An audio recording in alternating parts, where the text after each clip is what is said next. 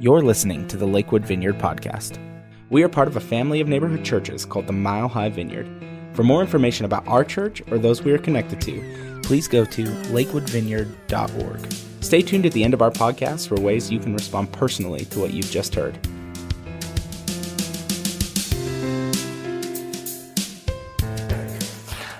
So we are in the midst of a series on the fruits of the Spirit. We are nearing the end, tragically, of Thoughts. Terrible name. And, when I was told I would get to be talking about gentleness, if I'm being completely transparent,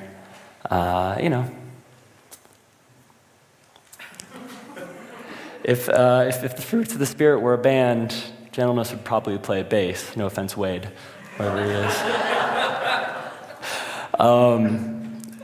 But as I reflected on it and I thought about gentleness and how I could maybe speak to the importance of gentleness in, this cultural climate, it took me all of not long at all to realize that we have some growing to do as a church, not this church, but the American church, in the realm of gentleness. And I think you don't need to look any further than 2 weeks ago when we wrapped up yet another of one of the most divisive election seasons we've had in this country. And it's hard not to get sucked into those when every single one is the most important election we've ever had, right? And so I wanted to give you guys a sampling of just some of the frankly horrific rhetoric that made its way into this election cycle, almost exclusively just from candidates themselves. And I'm going to let you guys reflect on the rhetoric you heard on social media, at family meals, etc. And I just want to reflect on, is gentleness and humility on display here? So, for example, since 2016, prominent Democrats like Biden and Clinton have regularly compared Trump and his supporters to Nazis, a comparison that Kamala Harris defended, calling his rallies evidence of erratic behavior and unfitness for office. Trump engaged in harsh rhetoric at rallies, claiming illegal immigrants plan to slit people's throats, calling his political opponents vermin, and continuing the history of making more than 100 threats to investigate, prosecute, imprison, or otherwise punish his perceived political opponents.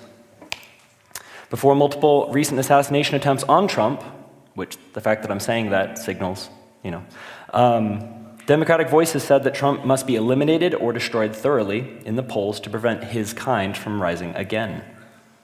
On the campaign trail, Trump called Harris mentally impaired, disabled, a low IQ individual, and not a smart person, claiming America was being destroyed by Democrats and bullying his political opponents with names. Democrats accused Trump and his supporters of threatening democracy and everything America stands for.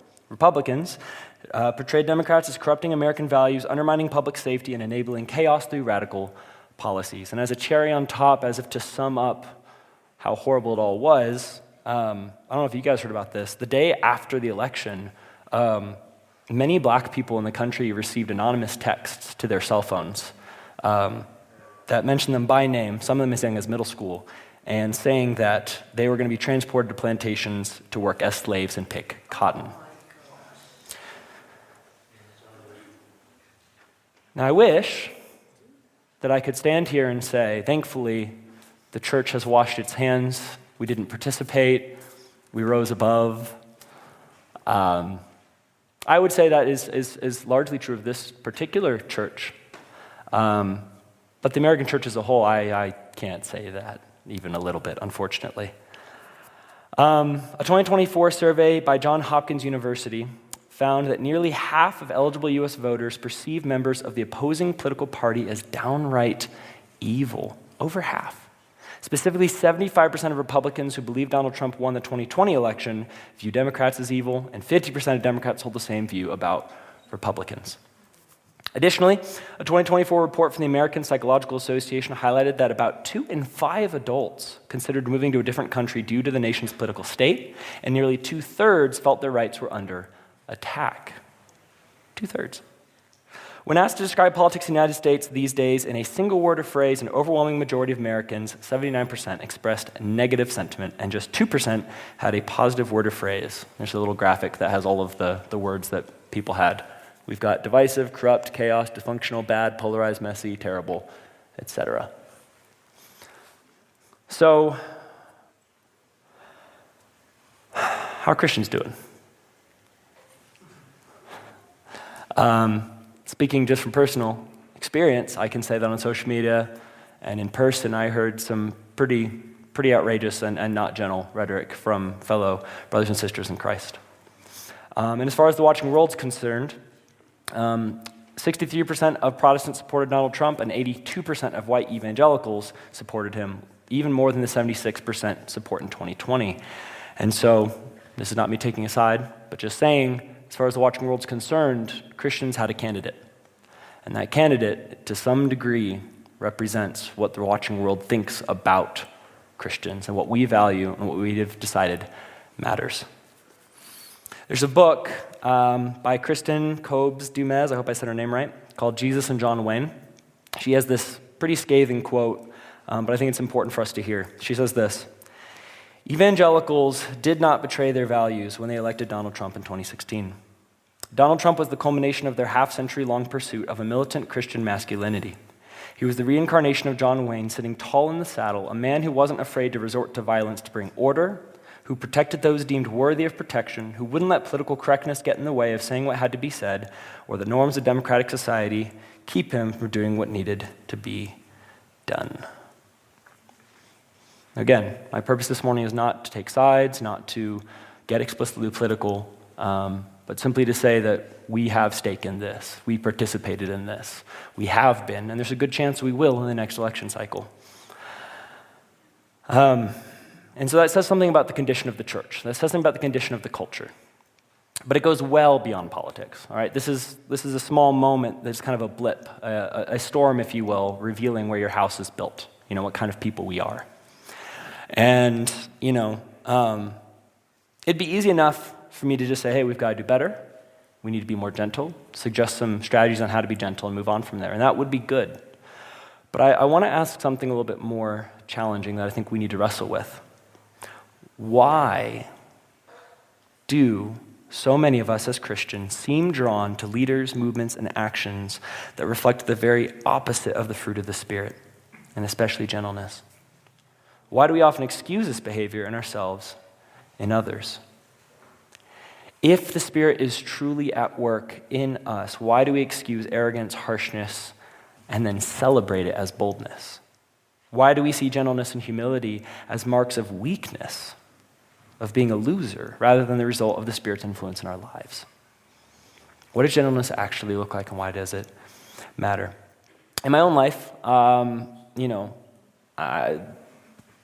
my high school years were interesting. I went through a very big apologetics phase where just about, for me it wasn't politics, it was theology and creationism, things like that. And so everything was an argument. I turned everything into an argument. I sought opportunities to make everything an argument. And I wasn't listening. I wasn't empathetic. I wasn't interested in other people's perspectives, worldviews, thoughts. I was interested in telling them my logical, coherent argument that felt important to me. And surprise, surprise, it stunted a lot of my relationships. It harmed my witness. It damaged my ability to connect with people and to present as someone who's humble and Christ-like. And so instead of being a magnetic pull, my life with Jesus became almost an inverted magnet, kind of pushing people away. This kind of stuff, it shows up in our marriages and in our relationships. I can just, speaking transparently, my lovely wife, who unfortunately isn't here today because of some family stuff, she is incredibly gentle.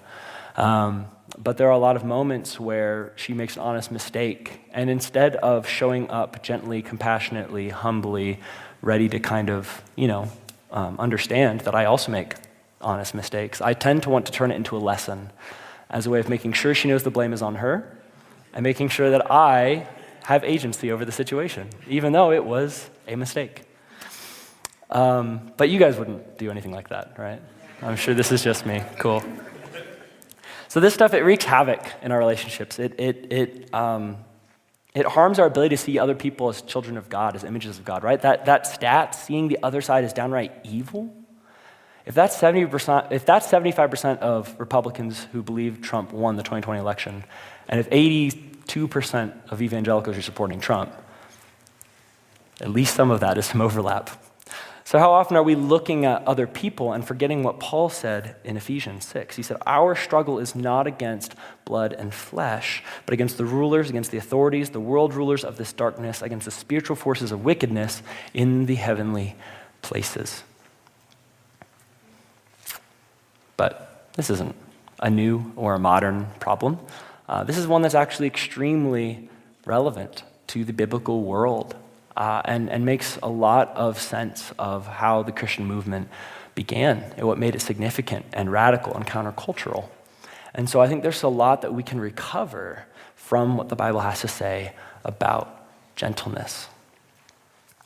Now, in the early first century context, there are two contexts I want to briefly speak to. There's the Roman context, Greco-Roman, and then there's the Jewish context, and both are relevant.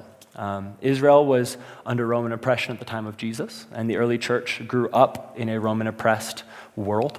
And so that Roman context had a lot of sway. So I have two quotes, one by N.T. Wright, one by Richard Bauckham, both New Testament scholars that I think do a really good job kind of summing up the worldview and the kind of the mythos of Rome in the biblical world.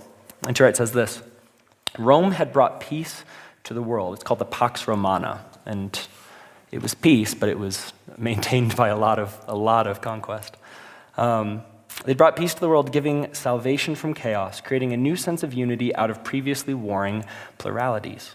Rome itself and the emperor as its ruler was seen as divine. Rome had power, the power to sweep aside all opposition, the power, in consequence, to create an extraordinary new world order. Rome claimed to have brought justice to the world, and the accession of the emperor, and also his birthday, could therefore be called euangelion, good news, where we get the word gospel. The emperor was the Kyrios, the Lord of the world, the one who claimed the allegiance and loyalty of subjects throughout the wide empire. When you hear all that language, you can imagine how the early Christian message, speaking about its Lord and its good news, resonated. Richard Bauckham says this. He says, Christians were constantly confronted with powerful images of Roman vision of the world. Civic and religious architecture, iconography, statues, rituals, festivals, even the visual wonder of cleverly engineered miracles in the temples. They all provided powerful visual impressions of Roman imperial power and the splendor of pagan religion. Something that was interesting for me to learn is that in the Roman world and in the Greek world, restaurants weren't a thing. You have inns, where if you're traveling, you stay at. But otherwise, if you're doing a business meeting over dinner, it's happening at a temple. Temples always had side buildings with lots of banquet halls and stuff attached. And so every guild, every club, every meeting, every restaurant, everything is happening under the guise of some patron deity in interaction with some of those things. And these gods and goddesses, they largely represent power. It's not about whether they're good. It's about, did you give them their dues to ensure that they don't blow up on you, right? And so their religious worldview, their emperor, their culture, everything about it was suffused with power, beauty, class, status, and glory. But goodness, humility, gentleness, these were not values of Rome. Now, in the Jewish world, there was a little bit more of a place for those values. Obviously, Yahweh was a God who cared about the brokenhearted, the downtrodden, those with broken spirits. But in the time of Jesus, Judaism was kind of dominated by three factions: the Pharisees, the Sadducees, and the Zealots. The Sadducees represented kind of getting in bed with Rome. They received political power from Rome, and so they kind of watered down their theology and ran the temple and, kind of were your leaders of the Jewish culture in that way. They were seen very much as traitors, very kind of in line with tax collectors, similar thing there. You have the Pharisees. Without an ounce of sarcasm, these are your make Israel great again kind of advocates. These are people who believed that the reason Israel was still in exile was because it had not turned around and followed the Torah more perfectly, more legalistically, more properly. And so they went about, it was a revival movement, right? It was a movement designed to bring Israel back to its former glory and out from the foot of Rome, but religiously. Then you have the Zealots, who saw the Pharisees as weak and populist in comparison. They would often have daggers. They were called Sicarii. They would kind of do Assassin's Creed stuff in the middle of like gatherings with Roman soldiers. They'd assassinate a couple of soldiers, start a riot, do a bunch of things.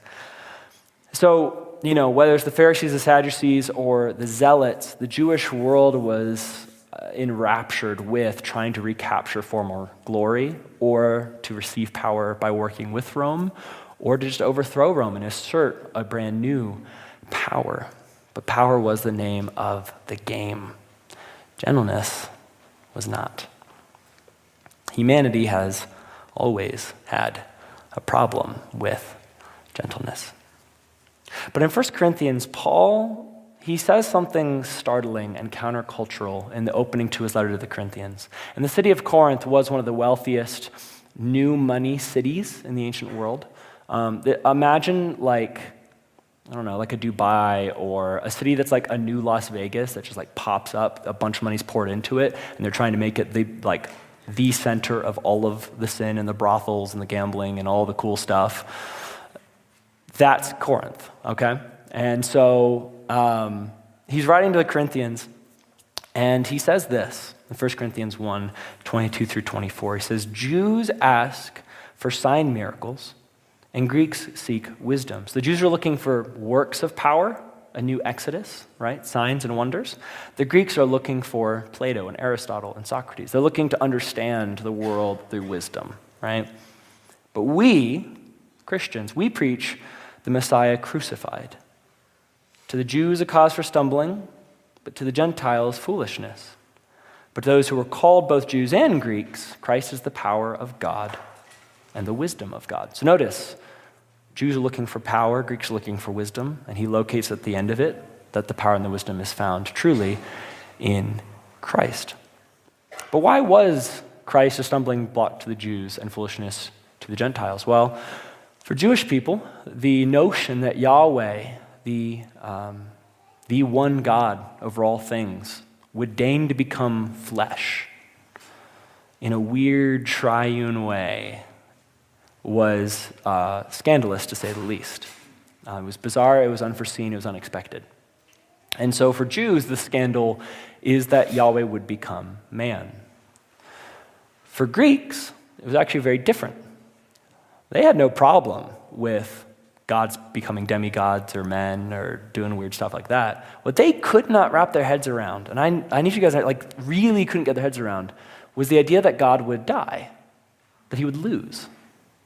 Not just die a criminal's death on a cross, which was a death essentially reserved for slave revolts.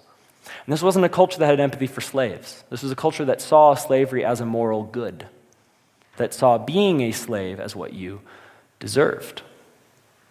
And here is the God of the cosmos dying a slave's death. That's foolish to them. That's weird. In Dominion, a book by British historian Tom Holland, he writes this. In a city famed for its wealth, Rome, Paul proclaimed that it was the low and the despised in the world, mere nothings who ranked first. Among a people who had always celebrated the agon, the contest to be the best, he announced that God has chosen the foolish to shame the wise and the weak to shame the strong. In a world that took for granted the hierarchy of human chattels and their owners, he insisted that the distinction between slave and free, now that Christ himself had suffered the death of a slave, was of no more account than between Greek and Jew. As Paul puts it in 1 Corinthians 1:27, my favorite verse in the Bible, by the way, the foolish things of the world God chose in order that he might put to shame the wise, and the weak things of the world God chose in order that he might put to shame the strong. So while we, for the last who knows how long, have been arguing and bickering about how to win, how to be powerful, how to be strong, Jesus has been begging the church to care about being weak, about looking foolish, for the sake of love. This same idea that Paul introduces in his Corinthian letters, it is deeply at play in the way the Gospels portray the crucifixion. This is really key. Jesus' crucifixion is portrayed as royal enthronement in all four Gospels. It's ironic, and intentionally so. He's given a crown. He's given a robe. I think I have a little picture with some of the elements. He is given a royal procession that textually, just take my word for it, mirrors the way that an emperor kind of marches through the city. Even the way he drinks the wine is meant to model a ceremonial drink that a Caesar takes before, obviously being enthroned. He has a sign above the cross that says he's king of the Jews. He's lifted up and enthroned. John uses that language of him being raised up. The Gospels are portraying Jesus' crucifixion as his enthronement. And the reason this is key is because there's a narrative that has kind of cropped up in the church that's been around for a while that says essentially that God is a big cosmic king who looks very much like most kings, ruling with power, with might, with armies, with authority, etc. And then there was this brief interlude where he became a humble servant, he died, he showed mercy, but he's going to come back as conquering king again, and he's going to do kingship the way we're used to. And I think that wildly misses the mark of what the cross is supposed to represent. Jesus here on the cross is redefining for his followers. This is the point he makes when his disciples say, "Can we sit at your right and your left?" And he says, "Can you drink the cup of suffering?" And Luke's gospel makes a point of showing that he does have someone on his right and on his left when he's crucified, but it's not the disciples who are yearning for power. The cross is meant to teach us what it means to be king, what it means to rule, what the image of God and the mandate we had in the garden to subdue and reign over creation with God was always supposed to look like. And it wasn't about wielding power. It wasn't about having armies at beck and call. It wasn't ever about any of that. It's always been about love, service, gentleness, patience, all the fruits of the Spirit, right? And this theme makes understanding it in the book of Revelation crucially transforms the way that the book of Revelation functions. In Revelations 5, 4 through 6, Richard Bauckham, he's a New Testament scholar who pointed this out to me. It's so cool, it's incredible. So he highlights this really key scene in Revelation 5. So the angels have been talking about how there's this scroll with the 7 seals, but no one is worthy to open it. And John the visionary has begun to weep. So he says in Revelation 5, 4 through 6, "I began to weep loudly because no one was found worthy to open the scroll or to look into it. And then one of the elders said to me, 'Do not weep. Behold, the Lion of the tribe of Judah, the root of David, has conquered so that he can open the scroll and its 7 seals.'" So notice, what John has heard is that the Lion of Judah, the Messianic king, the son of David, right, has conquered. This is kingly, militaristic language. But then pay attention to what happens when John looks.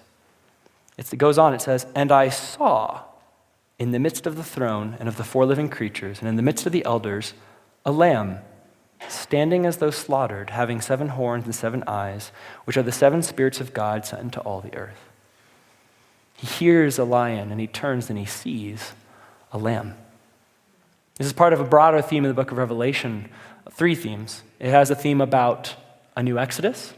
It has a big theme about witness, what it means to be a faithful witness, and a big theme about taking all of the messianic promises and prophecies of the Old Testament and interpreting them in light of the cross. And so the militaristic conquering language gets repurposed in Revelation in some fascinating ways. The same thing happens in Revelation 7. John hears of an army numbering 144,000. And it's given as a census that echoes the census in Numbers, which is a military census. It's counting an army, and it's counting the Jewish army. And in Revelation, Judah is the first tribe listed. Again, kingly, messianic, wartime language. That's what John hears. But then he sees an innumerable crowd that cannot be numbered of people from every tribe, nation, and tongue who are forgiven. He hears an army. He sees a people waiting to give faithful witness unto death. And in the climactic scene of the book, when Jesus strides in on a white horse with a robe dipped in blood, far too many interpreters have interpreted that blood as the blood of his enemies. But Richard Bauckham makes, in my opinion, a compelling case that it is the blood of the slain lamb. He enters into battle already bloodied. And the sword that comes out of his mouth is his word, his faithful witness, like the faithful witness of the martyrs who have been faithful unto death. The book of Revelation is a profound and powerful critique of the Roman Empire and an admonition to Christian believers to stand firm unto death in the face of what appears to be a far more powerful, insurmountable foe. But the beast, the false prophets, making all of these illusions in the temples and these false miracles and propping up this mythos of the emperor as a god and Nero being slain, but then the worries about him coming back. All of this Roman mythos is a beast, one of the beasts of Daniel that is going to meet its end at the cross. As Tom Holland again writes in his book Dominion, to be a Christian is to believe that God became man and suffered a death as terrible as any mortal has ever suffered. This is why the cross, that ancient implement of torture, remains what it has always been, the fitting symbol of the Christian revolution. It's the audacity of it. The audacity of finding in a twisted and defeated corpse the glory of the creator of the universe that serves to explain more surely than anything the sheer strangeness of Christianity. So it's within this context of a world bent towards arrogance and aggressive power, and the context of the radical redefinition of power and kingship that Jesus offers on the cross, that Paul in Galatians writes his fruits of the Spirit. When we are indwelt with the breath of this living God, which the cross makes a way for, we share in his likeness and his character. And what is his likeness and his character like? Well, Paul lists it this way. The fruit of the Spirit is love, joy, peace, patience, kindness, goodness, faithfulness, gentleness, self-control, and against these things there is no law. The Greek word for gentleness, I don't know Greek very well yet, so apologize for my pronunciation, but I think it's prautes, can be translated not only as gentleness, I think this is important, but as humility and meekness. And in fact, to give you a kind of a humorous example of this, in 2 Corinthians 10:1, Paul writes this. He says, I, Paul, appeal to you myself by the humility and gentleness of Christ. But notice, gentleness isn't our word, humility is. So then another Greek word gets translated gentleness, and this one gets translated as humility. So the Greek word in our fruits of the Spirit, you should have gentleness and humility kind of in tandem. The point, the idea is that lowering of self, that taking power you could have and laying it down, restraining it. What else is the incarnation but the most profound reflection on meek, humble gentleness? That Yahweh, the creator of all things, the God of the universe, would deign to condescend himself to become flesh. Not just flesh, but a baby. Not just a baby, but a baby in a manger who is in exile on the run from Herod, fleeing the country, coming back, a refugee. I mean, the whole thing is as humble as it can be. But this is how our God wants to work. This is how he chooses to be. Gentleness, then, is not just a kind nature or a delicate tone, although it is those things. It's when power, strength, and status are restrained or laid down so that selfless love can be taken up. It's a mindset that revels in listening before we speak, seeing others as precious children of God, and forfeiting one's own rights for the sake of others. Gentleness is in the very nature of the God of the cosmos, who heals the brokenhearted and binds up their wounds, as Psalm says. In Isaiah 40, 10 through 11, it paints a picture of this Yahweh and how he rules. It says in Isaiah 40, "Look, the Lord Yahweh comes with strength and his arm rules for him. Look, his reward is with him, his recompense in his presence. He will feed his flock like a shepherd, gather the lambs in his arm, and will carry them in his bosom. He will lead those who nurse." And Jesus, the image of this invisible God, as Colossians tells us, identified himself as gentle and lowly in heart in Matthew 11. Gentleness, therefore, is not just a way of life, but it is a choice. It's something you choose to do. If the God of all power of the universe lives that way, I think we're called to as well. And examples of this in Christian history abound. I'm going to just kind of move through this rapidly, but you've got Stephen, the very first martyr, who prays on behalf of his killers even as they stone him.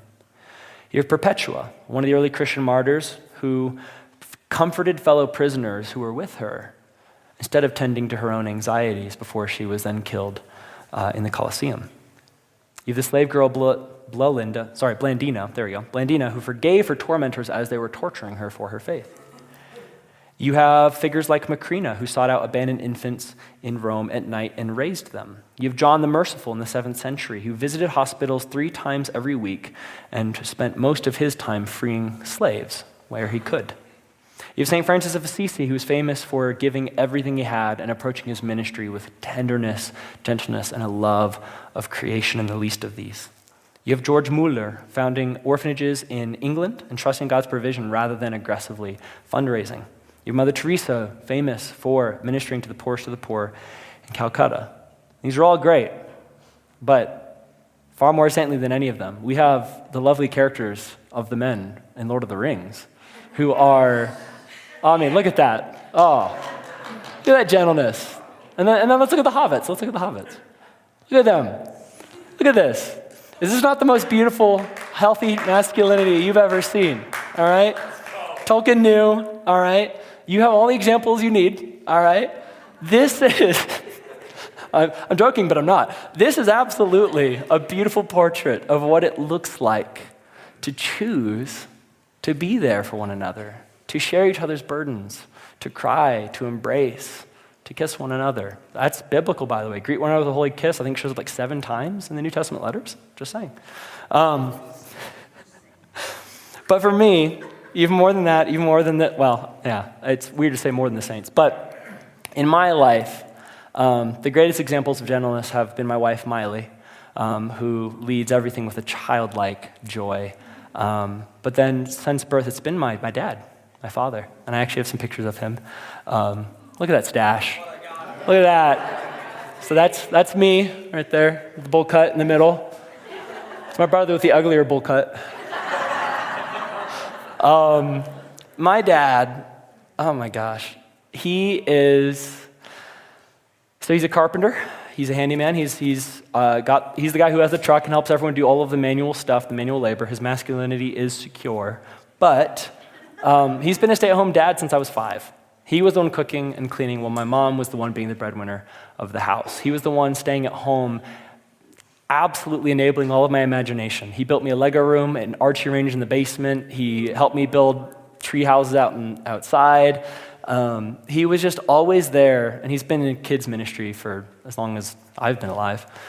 He loves kids. He loves imagination. He loves to serve. I texted him because it was his birthday this month and just said, "Hey, how's your birthday? What have you gotten to do?" And he's out disc golfing with my mom because that's what they do almost every day. And he says, "Well, I got to build a couple beds for some kids who don't have beds with Bed Brigade, and then I got to have lunch with your mom, and now we're playing disc golf, so the ideal day." And I'm not kidding, that's about his every day. He has volunteered probably 50 hours a week for our church back in Ohio, and refused to be paid. They tried to hire him, and he said, "I don't want to go to meetings." So when I think of gentleness, I absolutely think of my father, who has modeled it to me manifold and in beautiful, beautiful ways. So what does gentleness look like in your life? Right? It's one thing to kind of say, "Oh crap, okay, I got too bad about politics. I'm going to do better next time. That's low bar, but that's good. That's a good start, all right? But as a way of transforming and letting the Holy Spirit renew our minds and change how we operate in life, I want to offer just a couple of options. I want to suggest trying to pay attention to listening instead of arguing. Practice what Dietrich Bonhoeffer called the service of listening in conversations, particularly, I want to emphasize that, particularly with those we disagree with. So I want you to think especially of if you still have managed to keep anyone in your life who disagrees with you, since that's apparently challenging to do these days, what would it look like to ask them about their thoughts, their beliefs, their worldview, and no matter how much you disagree with them, just to be curious, to hear it, to understand where they're coming from, and to see their humanity in the midst of it.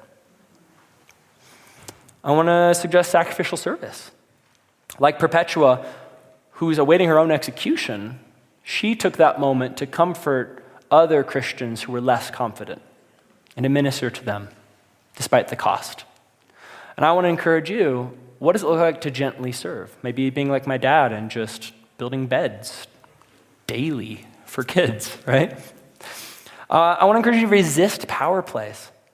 When tempted to fight for dominance, and this could be in arguments, conversations, leadership, politics, whatever, choose to be curious about other people's views of the world and listen well before you try to speak. Again, listening is a big one here. And then finally, faithful witness. This is one of those big themes from Revelation. Can you embrace Revelation's vision of what it means to conquer by enduring with faithful witness to the life and the ways of Christ, not through force or coercion? What I think is interesting, and I don't have a slide for this, but in the Galatians passage about the fruits of the Spirit, Paul at the very end of it emphasizes that this is part of what it means to be crucified with Christ, or something along those lines. Feel free to check it. I don't have it pulled up right now, but he brings up the cross. I'm almost confident. And so for Paul, there is something about embodying these fruits that stems from looking foolish, that stems from looking weak, right? And I don't think it's wildly difficult in our climate to imagine that there were people on your side of the political or theological aisle who would denigrate you if you made an intentional effort to really give respect to the other side. They would see that as compromise. They would see that as giving an ear to that which is evil, right? It would look foolish. But that's the way of the cross, is to intentionally lay down power you could have to be like Jesus. The world around us glorifies power, dominance, saying it how it is, and aggression. But we are called to follow the Lamb, to live gently, to love sacrificially, and to let the Spirit work through us to bring healing to a broken world. So as always, we have an abstain and an engage practice for this week. Your abstinence that we are going to encourage this week is solitude, that you would spend a day alone or not speaking. You would just spend a day. Maybe the second half might be actually harder. Maybe be around people and just see how little you can talk for a whole day. Just see what that looks like. For the engage, submission. Invite a leader, a mentor, or someone you trust into an awkward place in your life and ask for advice. Thanks for listening to the Lakewood Vineyard podcast. We encourage you to respond to what you've just heard by sharing a prayer request with us on our Connect card. You can find these on our app or our website at lakewoodvineyard.org/connect. You can also respond by being generous as God has been generous to you. If you'd like to give a financial gift, you can do so at lakewoodvineyard.org/give. We hope to hear from you soon. Thanks for listening.